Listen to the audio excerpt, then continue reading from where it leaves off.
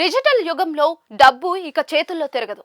ఒక క్లిక్, ఒక సాంకేతిక లోపం అంతే కోట్ల రూపాయలు ఖాతాల్లోకి వచ్చి పడతాయి.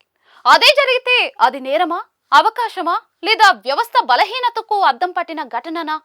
కోటక్ సెక్యూరిటీస్ ఖాతాలో తలెత్తిన సాంకేతిక లోపం ఒక ట్రేడర్ కు 20 నిమిషాల్లో 1.75 కోట్ల లాభాన్ని తెచ్చిపెట్టిన ఘటన ఇప్పుడు దేశ వ్యాప్తంగా చర్చకు దారితీస్తోంది. 2022లో చోటు చేసుకున్న ఈ ఘటన బయటకు వస్తే చాలా మందికి ఇది సినిమా కథలా అనిపించింది. కానీ ఇది వాస్తవం. కోటక్ సెక్యూరిటీస్ వ్యవస్థలో జరిగిన ఒక టెక్నికల్ గ్లిచ్ వల్ల ఆ సంస్థకు చెందిన 40 కోట్లు అనుకోకుండా ఒక ట్రేడర్ ఖాతాలో జమ అయ్యాయి. ఇది అతడు కోరిన రుణం కాదు, ఎటువంటి అక్రమ ట్రాన్స్ఫర్ కూడా కాదు, పూర్తిగా సిస్టమ్ లోపం. అయితే ఆ డబ్బు ఖాతాలోకి వచ్చిందని తెలుసుకున్న ట్రేడర్ దాన్ని అలాగే ఉంచలేదు.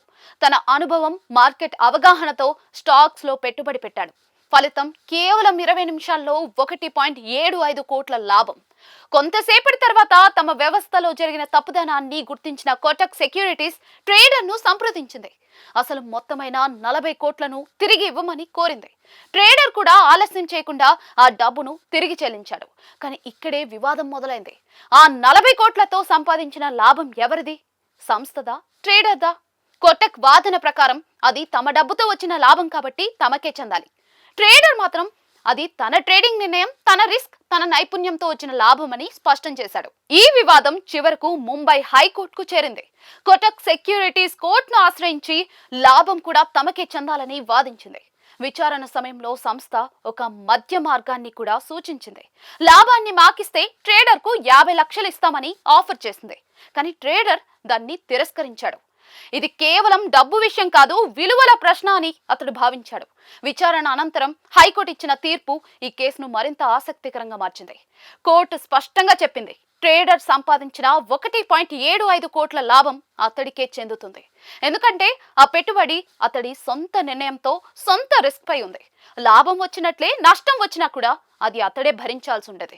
సంస్థకు ఎలాంటి ఆర్థిక నష్టం జరగలేదని, అది అన్యాయంగా సంపాదించిన డబ్బు కాదని న్యాయస్థానం వ్యాఖ్యానించింది.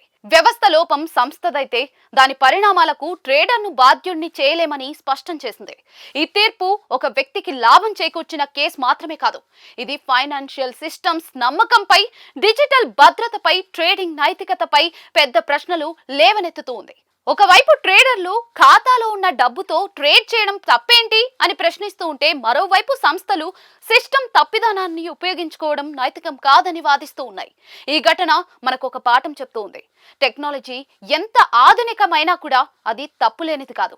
ఫైనాన్షియల్ సంస్థలు తమ సిస్టంల భద్రతపై మరింత అప్రమత్తంగా ఉండాల్సిన అవసరం ఉంది. అదే సమయంలో ట్రేడింగ్ అనేది కేవలం డబ్బుతో కాదు, నిర్ణయాలతో, రిస్క్ తో ముడిపడి ఉంటుందన్న వాస్తవాన్ని కూడా ఈ కేసు గుర్తు చేస్తోంది.